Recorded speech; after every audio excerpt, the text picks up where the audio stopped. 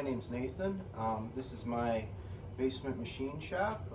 I'm owner and operator at Go Machining, and I would like to give you a shop tour, kind of show you some of the equipment I have. I believe I have some interesting, unique equipment that I think you guys would like to see, and I'm going to start my tour here at the workbench. Now every shop kind of needs a good workbench to do layout work, and as you can see, I have an arbor press here for doing different assemblies. This is a bench center for measuring concentricity. Most of the work I do is clocks and more decorative parts out of brass.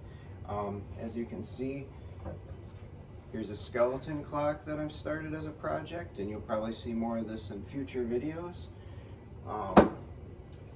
Here's a couple of tops that I've worked on and made. A lot of different turning operations on these, and an optical comparator. And yeah, I just in this video I just want to show you guys some of the stuff I have, and talk about some maybe future projects, and just show you how these things work. Continuing on with our tour, this here is my Hendy shaper. It's good for doing a lot of internal work as well as flattening stuff out. This is the biggest machine that I have down in my shop. I don't use it for a lot of stuff, but it can do some really good work and some odd stuff that I wouldn't be able to do with other equipment. Moving over here, I have a Hawk scroll saw. I use these for cutting out clock frames and crossing out wheels and clock gears and things like that. It's a very versatile machine. As you can see, I have a magnifying lamp for doing a lot of accurate work. I'd like to show you these machines as we move forward. If you look over here, this is my jet turret lathe. It's good for doing internal hole operations, and as you can see, it's got a 6-station turret as well as 2 cross tools. These machines are kind of used more in the past, but it'll be neat to show you guys the capabilities these machines have, and we can do a lot of good work with them. Moving over here, this is a really old machine. It's probably 100 years old or so, and this is a gear hobber used for cutting the outside of gear blanks. In fact, over here you can see this is a gear that I cut off of it. It cut the outside teeth profile, and I'll show you some more of those in the future. This is a power hacksaw that I use for doing most of my rough cuts and things. I like using it because I can replace the blade for a lot cheaper than you would a conventional horizontal bandsaw. I've had this one. It's probably one of my oldest machines I got and restored, and it's done a lot of good work for me. Still very tight and works really well. This is a chucker. It's another kind of production style machine. I have a fair amount of older production style equipment. I just find that it helps get you there so much faster with parts. The way this one operates is you load it up with a bunch of different cutters. Some could be drills, some could be boring tools, or inside diameter, outside diameter turning tools. And you put them on this table, and then it can rotate to the different selected tools, and then you can adjust the stop to determine depth and all that, so you can make a lot of more complicated parts than you could on the turret lathe. And it's made by Harding, which is a really good brand, and operates very smooth and works well, and it'll be fun to show you what this thing can do. Moving over here, this is my most versatile milling machine. It's a Hardage milling machine. It's kind of on the smaller side, probably about half the size of what maybe a Bridgeport is. It can still cut in steel, but it works really good for accurate small parts. I've mounted a Bridgeport head on it, so it'll do horizontal and vertical work. It has a power feed table going in X, and I do it for a lot of, there's a lot of good operations I can do on this machine, and it does a lot of good tool work for me. This is one of my oldest machines. It's a Van Norman vertical milling machine. What I liked about this machine is you can rotate the head and get some really accurate angles, and you can actually flip it all the way over so you can run it in vertical as well. It is a power feed table, and it has a patent date on it of 1896. But as you can see, someone mounted a motor on it. This probably would have been ran with a line shaft or something. The spindle on this is actually a plain bearing. It doesn't use ball bearings, so it spins rather slow. So I do it for most of my steel. Jig board machine built by Langley. It's kind of a smaller one. Most jig boards you see are probably a lot bigger than this. These are kind of unique machines, and they're not really used that much anymore because of CNCs that came out and stuff like that. But this is designed and made for making very accurate holes, generally boring operations. I think it works great for doing lantern pinions and clocks and boring. I bored a few accurate holes. You can do connecting rods on it and things like that. As you can see, it's a little different in that the head operates with this crank instead of a conventional quill like you'd see on a Bridgeport. So you can have very smooth operations going down. And actually each hand wheel is incremented in tenths. So this will actually cut tenths, a tenth of a thousandth of an inch. Very accurate, versatile machine. Over here, this is one of my CNC machines. I actually built this one. It has ball screws and all 2 axis. I generally use this for doing more accurate turning operations and things like that, like clock pillars. It's a very versatile, good machine. It's worked really well for me. This is one of the parts that I made off of it. This is actually for one of the clocks that you saw over on the bench, one of the pillars. I did the inner turning with it. And what's nice about a CNC is it's fast and you don't have to make special form tools for making the different radiuses and things like that. So this is one of my CNCs.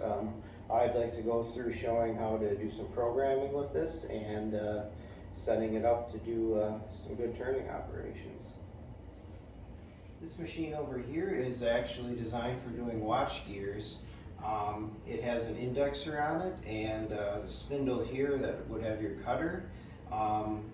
It's a fully automatic, so you put your part in it, and I've actually seen some of these that'll have a magazine and it'll continue to load blanks. This would be designed for doing maybe a less skilled laborer to operate and do a more skilled task like cutting teeth and gears. It's neat that it operates off of a bunch of different cams and levers. I had them actually make these 2 wheels to advance it, and you have to make the wheel that has the right amount of notches to cut however many gear teeth you need. Kind of neat old-fashioned machine for how they used to cut watch gears. It'll only do small work, and I haven't really found much stuff to use it for, but it's a kind of a neat machine, and I had to pick it up when I could. Over here we have one of my engine lathes. This is a 10-inch Logan lathe. It'll do screw cutting.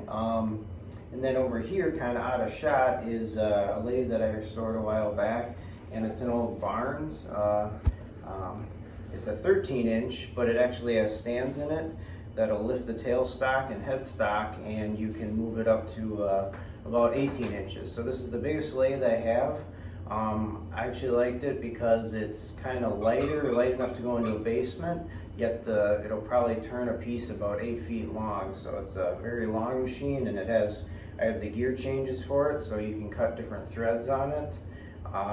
Might be perfect for doing gunsmithing operations and stuff like that. But again, it's got the oilers for because it has plain bearings in it, and haven't done a lot of work with it, but the work I have done on it, it's actually pretty accurate and works pretty well.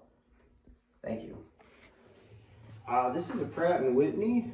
This is what they call a dead bed, which is a little bit different than an engine lathe in that your cross slide actually can be adjusted and moved back and forth, and you kind of put it in position, and then you move your different dials for your X and Z travel. I believe this is like a 7-inch, and a lot of watchmaker lathes and instrument lathes are operated this way, and it's a nice lathe for doing quick setups and different operations that way. It doesn't take much to get going, and I actually hooked it up with a VFD so you can control your speed from slow RPM up to high RPM, and very nice little machine. This is one of my older machines, one of my oldest machines I've gotten, one of the first ever stored, so cuts very well and works really well. There's actually 3 mills here. There's one kind of hiding back here. These are all very similar, so I can talk about all of them at once real quick. These are all horizontal. These are more your production style horizontal machines. As you can see, it doesn't have conventional dials. This one does in Z, but actually in X it uses a rack and pinion, so you're able to do very fast slotting operations and things like that. This one I use a lot for cutting gears. This one over here is actually the same as that, except for it's a smaller version, so same kind of idea, that fast movement. And then this one over here, the head actually moves up and down instead of in your Z axis. So you have dials on your in your Z and X, and then in your Y you have a lever to move up and down fast. The guy I got this from said they used to use it for cutting gear keyways and shafts with gears, and it worked good because you could just drive into it. I use it for doing clock escapement wheels, where you're cutting teeth actually on the to a right angle, which you normally would on a gear. And I'll show you that in future videos. And yeah, it'd be neat to show you how these machines work and the kind of work thing into another room. These are my 2 CNC machines I have, very similar. I have a CNC router, and then I have a CNC milling machine. They both operate well and work well for doing more complex milling operations and things like that. It'll be fun to show you how to do some programming on these and their capabilities. Like I said, moving into a different room, a lot of my grinding equipment is in this room. That kind of separates the dust and things like that that's created. Here's my OD grinder. I actually just made an attachment for it so it'll actually do ID work as well. It actually was a piston cutter grinder, but I use it mostly for outer diameter work and stuff like that. It's been good for grinding in shafts and things like that, very accurate. That shaft that was out on the bench center I had out in the first part of this video was actually ground on this, and I think it got within a couple tenths of run out. Good machine, works well for me, plenty accurate for the kind of stuff that I do. Moving over here, this is a decal, actually a very old version of, you may have seen some newer ones in different tool shops and stuff like that. This machine is used for grinding in cutters. You can sharpen end mills with it or sharpen drill bits. I use it mostly for making boring bars out of carbide. That's why it has a diamond wheel on it.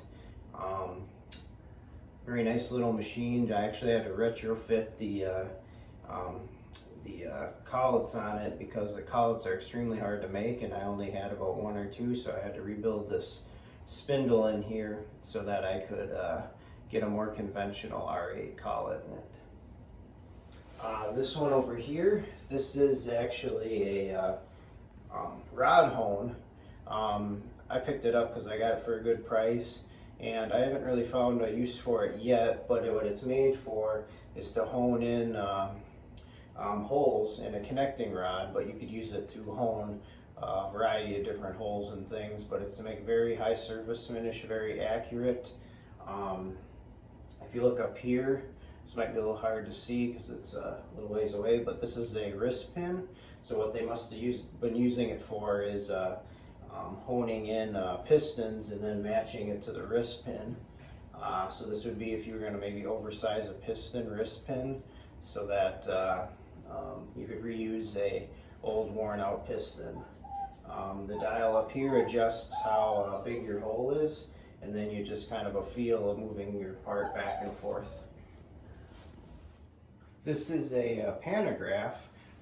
It's used for doing engraving. It has a diamond in it, but you can actually put a router head in it. What it does is this follows your pattern, and then it moves across, and it'll duplicate this design onto something else, but this could be letters or numbers or anything like that. I use it for doing clock dials and numbers and things like that. I've used it to engrave knives as well. Very versatile, nice little machine for doing engraving work. And then I built this indexer for it, which allows me to index different things on a circular pattern. All right, over here, this is a valve grinding machine. It's used for resurfacing engine valves and things of that nature. I use it mostly for putting chamfers on things. I picked this up to do a lot of that kind of work. I haven't used it a lot, but for certain applications like that, it works good, and it would be fun to rebuild maybe an engine with it sometime. Maybe we'll even get into doing some of that kind of stuff. Out in my garage, I actually have an old boring machine that they used in Model Ts to recut cylinders and stuff, so maybe one day I'll be able to find a project that we could do that. And then my surface grinder over here. This is a little bit more conventional grinding machine that you'd see in a die shop or something like that. It has a compound table on it to cut 2 different angles. It works really well, and I've got a fair amount of attachments for it, so it can make a decent amount of cutting tools and stuff like that. Good machine, it's worked really well for me. What's nice about these is you can not only grind hardened materials and stuff like that for, say, a lot of clock pivots are hardened, but you can also make custom lathe bits or milling bits to be able to cut different profiles and stuff. So, very good machine. This is a die filer. It's basically just a file that moves up and down and allows you to cut very, very accurate and really move into scribed lines. This would have been something they'd use in die shops before CNC came along to do different profiles and finish different corners and edges and get sharp corners. So I'll show you that in future videos too.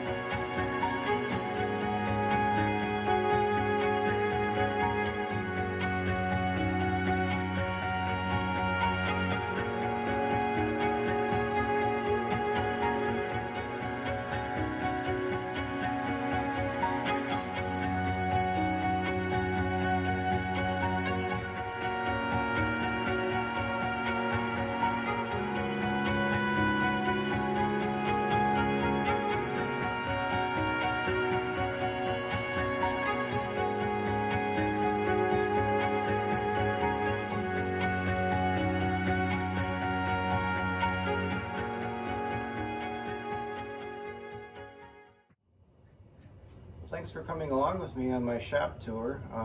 If you heard some noises in the back, that's my dog. He was kind of playing with his toy a little bit while we were filming this video. On future, I'd like to maybe every other Tuesday put out a video on operating some of this equipment. It'll probably be based mostly towards gear cutting and clock making, but we might throw some other projects in, and maybe you guys can give me some ideas on some stuff that you'd like to see as you get to know more and more of what I have in my shop and what the capabilities are. Thanks again for tuning in. If you like my videos, please like and subscribe. I plan on putting out a video every other Wednesday related to machining. Please give me any suggestions or anything like that on some of the machines you'd like to see, and maybe some operations you'd like. Thanks for tuning in.